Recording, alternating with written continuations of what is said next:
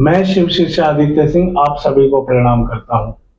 आज जो मैं आप लोगों को वीडियो दिखाने वाला हूं, वो वीडियो देखकर एक सच्चा शिव शिष्य समझ सकता है कि अगर हम गलती से भी अपने गुरु महादेव को बेचने का प्रयास करेंगे या उनके नाम से लोगों को ठगने का प्रयास करेंगे, तो महादेव हमारे साथ क्या से क्या कर सकते हैं। मैंने एक वीडियो देखा, वो मुझे पता नहीं कहाँ का वीडियो है, लेकिन वो शिव शिष्या हैं और वो अपनी अनुभूति बता रही हैं कि मैंने महादेव को बेचा तो मेरे साथ क्या क्या घटना घटी। और जब उन्होंने अपनी गलती को स्वीकार कर लिया कि हाँ मेरी गलती है और अपनी गलत कामों को उन्होंने रोक दिया, तब जाके महादेव ने अपनी दया का द्वार उन शिष्या के लिए खोला है। तो वो दोनों अनुभूति बता रही हैं कि जब मैं बेचती थी तब से लेकर अब तक मेरी क्या स्थिति हो गई है, लेकिन जब मैं अपनी गलती को समझकर सही रास्ते पे चल रही हूं तो अब मेरे जीवन में कितना बड़ा बदलाव है। और ये बातें साहिब श्री हरिंद्रानंद जी ने जो कही है, ये कोई झूठी बातें नहीं है कि डायन भी 7 घर छोड़ती है, कम से कम हम सब इस घर को छोड़ें। इस घर में हम मक्कारी ना करें, इस घर में हम बेईमानी ना करें, इस घर में हम व्यापार ना करें। कम से कम शिव शिष्य परिवार का जो घर साहिब श्री हरिंद्रानंद जी ने हमको दिया है, इस घर को हम सुंदर बनाकर रखें। और अगर हम इसको सुंदर नहीं बनाते हैं, घर की बदनामी के लिए अगर हम जिम्मेदार हैं, इस बार का अगर नाम खराब होता है, जिस भी गुरु भाई गुरु बहना के वजह से, वहां से उसको छोड़ेंगे नहीं। ये साहिब श्री हरिंद्रानंद जी का श्राप है। जो डरता हो साहिब के श्राप से, वो जीवन में कभी भी गलती नहीं करेगा। लेकिन जो नहीं डर रहा है, ना साहिब के श्राप से डर रहा है, ना अपने महादेव से डर रहा है, उसकी स्थिति बद से बदतर हो जाती है। ये वीडियो देखकर आप लोगों को समझ में आ जाएगा। तो मैं ज्यादा ना समय लेते हुए आप लोगों को वो वीडियो शेयर करता हूँ। आप लोग ध्यान से उस वीडियो को सुनिए कि गुरु बहना ने जब महादेव को बेचा तब क्या हाल था, और अब वो सुधर रही हैं तो तब उनके जीवन में क्या बदलाव आ रहा है। आप सभी को मेरा प्रणाम। हम चर्चा में करीब 7-8 से ही हम शुरू कर दिए थे। और हम छोटा छोटा बउआ सब था, तब पढ़ाने के मेरे पास कोई चारा नहीं था। यही सब कर करके हम दोनों को पढ़ाते लिखाते थे विद्यापीठ स्कूल में। कभी कुछ किए, कीर्तन भजन शादी विवाह शिव चर्चा सबसे पैसा लेते थे कि हमको आखिर दीजिएगा तब तो हम आगे बढ़ेंगे।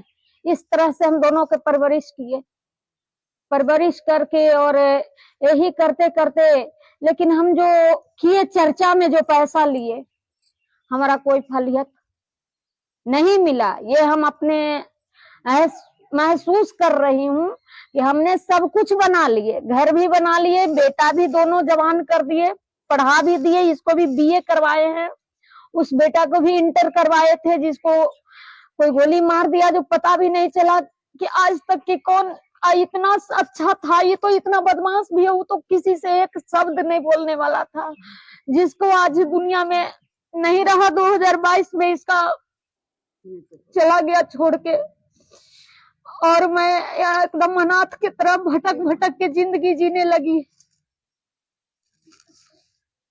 भटक के हम जिंदगी जीने लगे। उसके बाद हमारे कुछ जो हमारे टीम के थे, वो लोग से कांटेक्ट हुआ। वो लोग बोली कि आप कहीं रूम लीजिए, देहात में मत इधर उधर रहिए, कहाँ कौन देगा सहारा, पटना में रहिएगा कहीं ना कहीं। हम बोले कि मेरे पास तो कुछ नहीं रह गया, अपना पैसा। जब आपके साथ बुरा हुआ तो वो लोग भी साथ छोड़ दिया, सब कोई नहीं। कोई मेरे यहाँ जब भी बउआ आग लगाया था, तब मेरे घर पर जाने के लिए पटना से कोई तैयार नहीं हुआ था कि हम जाएंगे। पूरा घर लहक के एकदम काला ब्लैक अभी तक होल है पूरा, तो कोई जाने के लिए तैयार। हमारा घर हुआ से पूरा जहानाबाद जिला। तो एक मेरे रिश्तेदार हैं आनंद सिंह, दिलीप सिंह के नाम सब लोग सुने होंगे। तो उन्हीं की बेटी के भैंसुर लगते हैं, आरा के हैं, हमारे वो जीजा जी लगते हैं। तो उनसे हम ये बात बोले, उनसे अभी भी मेरा बात होता है। वो बोले कि जिसका कोई नहीं रहता है उसका महादेव रहते हैं। वही हमको सबसे पहला सिद्धांत दिए हैं। नहीं, उनके बेटी के भैंसुर लगते थे। जिसका कोई नहीं रहता है उसका महादेव रहते हैं। हम आपके साथ चलेंगे। वो गए, इसको डांटे भी, कुछ एक लपड़ थप्पड़ दिए भी कि तुम इतना संपत्ति में आग लगा दिया, आखिर छोटका चला गया तो तुम ही ना था इस संपत्ति के वारिस। लेकिन इसको तो समझ में नहीं था, फिर इसको नौकरी भी लगाए, वो छोड़ के वहां से भी भाग गया। हमको देखना ही नहीं चाहता था, हमको गंदे लफ्ज से ही हमको स्वागत करता था, सिर्फ गंदा लफ्ज। ये गांजा भी पीने लगा, दारू पीने लगा, और क्या क्या मने मने दुनिया के हर। अब हम एकदम निसहाय हो गए कि अब हमारा कोई सहारा नहीं है। फिर इनके यहाँ आए, ही बोली कि हमरे तक खाना के लिए नहीं था कि हम क्या खाते। वैसे एक दिन हम चर्चा में वहां गए, एक गुरु बहन जो आती हैं आरती दीदी के यहाँ, वहां गए तो मुझे 2-2.5 किलो चावल, हम यहाँ से सोचते गए कि है आखिर महादेव तो मेरे लिए कहाँ है। आज मैं भूखा हूँ, हमको मिले खाना तब तो जाने कि महादेव है यहाँ पे, तब ना हम गुरु मानेंगे कि गुरु है। मेरा बेटा जो हमको देखना नहीं चाहता उसको ला दे तब ना हम मानेंगे कि गुरु है। हमने अपने मन में, किसी से नहीं कहा, अपने मन में क्यों कहा। जाते रहे और सोचते रहे, वहां गए, हमको अच्छा माने चर्चा के बाद उसके उनके पोता की पोती हुई थी, बोली 2-4 गो बधैया गा दीजिए। बधैया गाए, एक साड़ी, कपड़ा, चावल, आलू, 500 रुपया सब करके हमको भेजे। लगा कि लगता है कि तुम सुनते हो, मन में कहे कि तुम सुनते हो, क्योंकि तुम तो जान रहे थे कि इसके घर में एक कन भी नहीं है, कहां से खाएगी।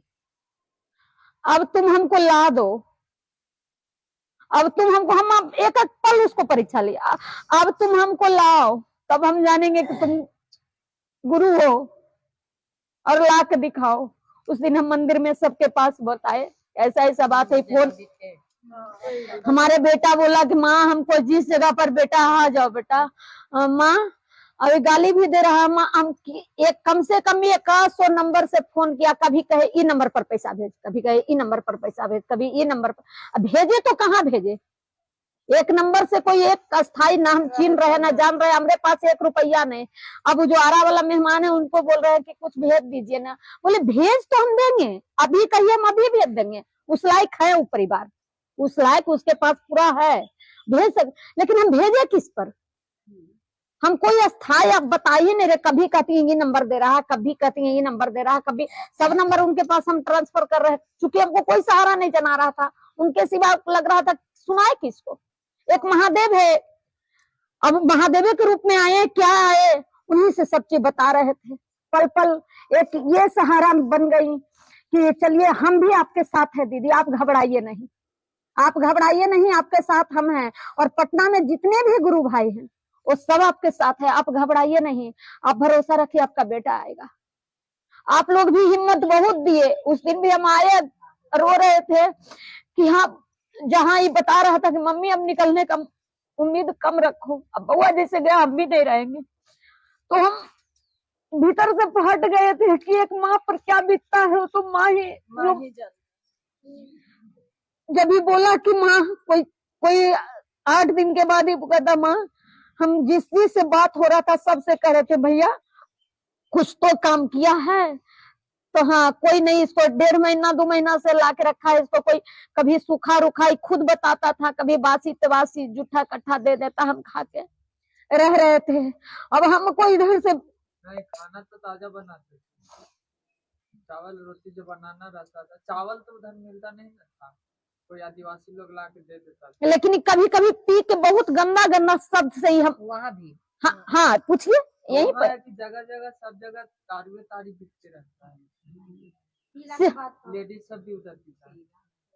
अंट संट मोबाइल पर बकता था हमको, जब भी फोन करे बेटा, मम्मी कहवे नहीं करे, मम्मी नहीं कहे, बस गंदा गंदा शब्द खाली बोले, खाली गंदा गंदा शब्द। हमको उम्मीद नहीं था कि अभी मेरे हाथ में आएगा। आज भाई उस लीलम दीदी हरेंद्र भैया की इतनी आभारी बन गई हूँ कि हम जब तक जीऊंगी उस नाम का शपथ लेकर कहती हूँ आज इस सभा चर्चा स्थल पर कि हम उस गुरु को जन्म जन्म तक बस इसको नशा छोड़वा दे, गाली गलौज न करे, मारपीट नहीं करे। ये मारता था जो आज तक मेरा देखिए चिन्ह है। दीदी इतना- अब आज से आप महादेव पे निर्भर रहिए, बस। सब कुछ महादेव पे छोड़ दीजिए, है ना। ये भी हमको मारती थी, नंगा करके मारती थी, तो कभी बदमाशी कहीं पूरा करता खोल था, देती थी, रगड़ पूरा कपड़ा। साहब कहे थे कि महादेव के नाम पे अगर आप 2 रुपया किसी से लेते हैं, अगर महादेव के नाम पे पैसा लेके आप मुर्गा खाइएगा तो आपको मुर्गा की तरह हलाल होना पड़ेगा। मैं हरिंद्रानंद यह कह रहा हूँ, है ना। ये साहब की वाणी है दीदी। तो महादेव को साहब हमेशा दीदी उनको तकलीफ रहा कि साहब कहते रहे कि आप जगत को बेच के जगत खरीद लीजिए, उसमें मैं भी आपका साथ दूंगा, लेकिन महादेव को बेच के कभी जगत मत खरीदिए, है ना। और इसका प्रत्यक्ष प्रमाण दीदी आप यहाँ पे हम हैं। है कि नहीं। हाँ। तो आज से दीदी अपने आप में इस चीज को संकल्प लीजिए कि आप महादेव के नाम पे कोई गुरु भाई बहन से कहीं भी 1 रुपया नहीं लीजिएगा। दीदी शरीर सही सलामत है, काम बहुत है ना। आप मेहनत कीजिए, मजदूरी कीजिए, मेहनत से खाइए, उसी में आपको आनंद आएगा, है कि नहीं। और महादेव साथ है तो रास्ते अनेक खुल जाएंगे। बस जब इतना महादेव कर सकते हैं कि आपका भागा हुआ बेटा, खोया हुआ बेटा महादेव वापस ला दिए। जब से आप महादेव को सही तरीका से पकड़ी, परिणाम तो महादेव देना शुरू कर दिए। इसलिए ये तो आपके लिए बहुत बड़ी करते हैं। तो उसमें अपना देव का रूप धर के आता था, सब कुछ रहता था, सिर्फ गले में सांप नहीं था, है ना। और साहब को हमारे इतना ठगा, साहब वही तो कसम खाए थे ना आरा के गोपाली चौक पे कि मैं अब तक जो किया, 3 शर्त रखे थे वो महादेव के सामने कि मैं महादेव आपको उसी शर्त पे गुरु बनाऊंगा, आप फोटो कैलेंडर में जैसा दिखते हैं उस रूप में आइएगा, मैं आपको गुरु स्वीकार नहीं करूंगा। आप मनुष्यधारी गुरु के रूप में आइएगा, मैं आपको गुरु स्वीकार नहीं करूंगा। और तीसरा था, आज तक जो किए अब नहीं करेंगे, अब नहीं करेंगे। तो दीदी यही संकल्प आप भी ले लीजिए कि अब तक जो किए अब नहीं करेंगे, अब बस अपने गुरु का चर्चा में जो आदेश है साहब के उद्देश्य के अनुसार काम करेंगे। और तब देखिए ना, अरे महादेव जिसके साथ है दीदी, हर इसीलिए दीदी निस्वार्थ भाव से महादेव के रास्ते पे चलिए। आज ऐसे ही हम पागल थोड़े हैं, कैसे भूल जाएं उनके एहसान को जिनको पाने में मुझको जमाने में इतना एहसान उनका है दीदी, इतना एहसान है कि बताना। हमको 2 महीना में 2 बरस के बराबर अनुभूति मिल गया। 2 महीना में, ये दूसरा महीना मेरा जा रहा है। हाँ, 2 बस इसको जब देखे बाबू के तो लगा कि सारा दुख मेरा आज से वो छोड़ दीजिए। प्रणाम जाके छुआ। एक मिनट दीदी, कहा गया है कि मेरा आपका जो कर्म फल होता है, कर्म फल जिसका रहता है उसको भोगना ही पड़ता है। हाँ। इसलिए जो है अगर अभी करिएगा इसे तो बचल रहेगा आगे के लिए, इसलिए उस कर्म फल को काटिए, लेने में भलाई है, आगे तो सही होगा, है कि नहीं। क्योंकि कर्म फल जो बंध गया है, लग गया है, जैसा कर्म किया उसका तो परिणाम मिलना ही है, तो कर्म फल जो है उसको तो काटना ही पड़ेगा। लेकिन गुरु महादेव है, सही तरीका बाबू पूछा कि मम्मी आज है नहीं है। आप बताइए अपना नाम। प्रिंस कुमार। और कॉलेज के नाम न छोड़ दीजिए, कॉलेज का नाम नहीं। आप बोलिए, हे शिव आप मेरे गुरु हैं, मैं आपका शिष्य हूँ, मुझ शिष्य पे दया कर दीजिए। और अभी से आप महादेव को गुरु बना लीजिए, ठीक ना। और 3 सूत्र आप भी कीजिएगा। चलिए इनके नाम की घोषणा की जाए।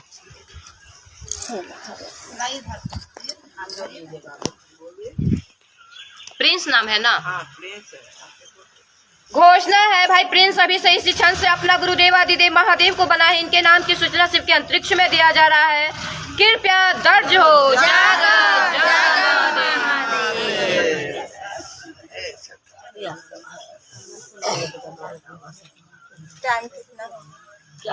भैया महादेव अभी से आपके गुरु हो गए, है ना।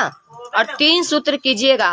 पहला सूत्र दया मांगना, जो अभी बोले कि हे शिव आप मेरे गुरु हैं, मैं आपका शिष्य हूँ, मुझ पे दया कर दीजिए। जब मन करे, है ना, मन अगर बेचैन भी लगे, कैसनो लगे, है ना, आप मने मन महादेव को याद करते रहिए, दया मांगते रहिए। और दूसरा सूत्र में है चर्चा मतलब महादेव का गप करना। आप नहीं कोई मिलता है तो माँ से ही महादेव के बारे में खूब गप कीजिए। गुरु बहन आपके यहाँ रहती है ना, उनसे खूब गप कीजिए। और अगर कोई एगो दोगो दोस्त अगर मिले, मतलब जिससे आप बात करें चाहे मोबाइलों पे, तो उनसे महादेव का गप कीजिए। आप जितना गप कीजिएगा महादेव का, और तब देखिए भैया की परिणाम कैसे आता है ना। और एकदम वो सब चीज छोड़ दीजिए, क्योंकि और तीसरे सूत्र में नमः शिवाय से प्रणाम करना है। जो आपको जिस समय फुर्सत मिले उस समय बैठ के एक रुद्राक्ष का माला है हाँ, तो वैसे ही उनको बताइएगा नमः शिवाय से प्रणाम करने के लिए, और 3 सूत्र को एकदम आप कीजिए, ठीक ना। ठीक है भैया, माता के समान मानिएगा के लिए जो आज भगवान बरात के दर्जा देता है। जो ऐसे गुरु भाई बहन जो महादेव को आज बेच के महादेव के नाम पे पैसा ले रहे हैं, उनके लिए आप क्या कहना चाहती हैं? नहीं, हम कहेंगे कि अब ये गलती कभी मत करिए। महादेव साक्षात मेरे हरेंद्र भैया मनुष्य नहीं थे, मनुष्य के रूप में हमको ज्ञान देने आए थे। मनुष्य के रूप में हमें बोलने के लिए ज्ञान, बैठने के लिए ज्ञान देने आए, और हम लोग अनजान अनाड़ी थे कि जब तक वो रहे ज्ञान कभी ले नहीं पाए। कहीं चर्चा भी होता था, कहते थे बोल लगे चलिए ना, ये लोग ऐसे ही बैठ के खाली हिस्सा करते रहेंगे सास ननद गोतनी के, चलिए हम लोग अलग अलग चले। हम लोग दिमाग में था कि भजन ही मेरा भगवान सुनते हैं, भजन ही मेरा भगवान सुनते हैं। तो हम भजन भी गाते थे, जो भी गलती की, लेकिन हम भजन जो भी गाते थे भाव का भजन गाते थे, ऐसा तैसा नहीं गाते थे। हमारे भजन में भाव होता था। लेकिन गलती एक ही जगह आपका था, साहब भी कहें कि डायन भी एक घर छोड़ देता है ना। महादेव के आप महादेव का भजन गाए उससे कुछ नहीं, लेकिन आप चर्चा के नाम पे पैसा लिए सबसे बड़ा खतरनाक काम किए, सबसे बड़ा।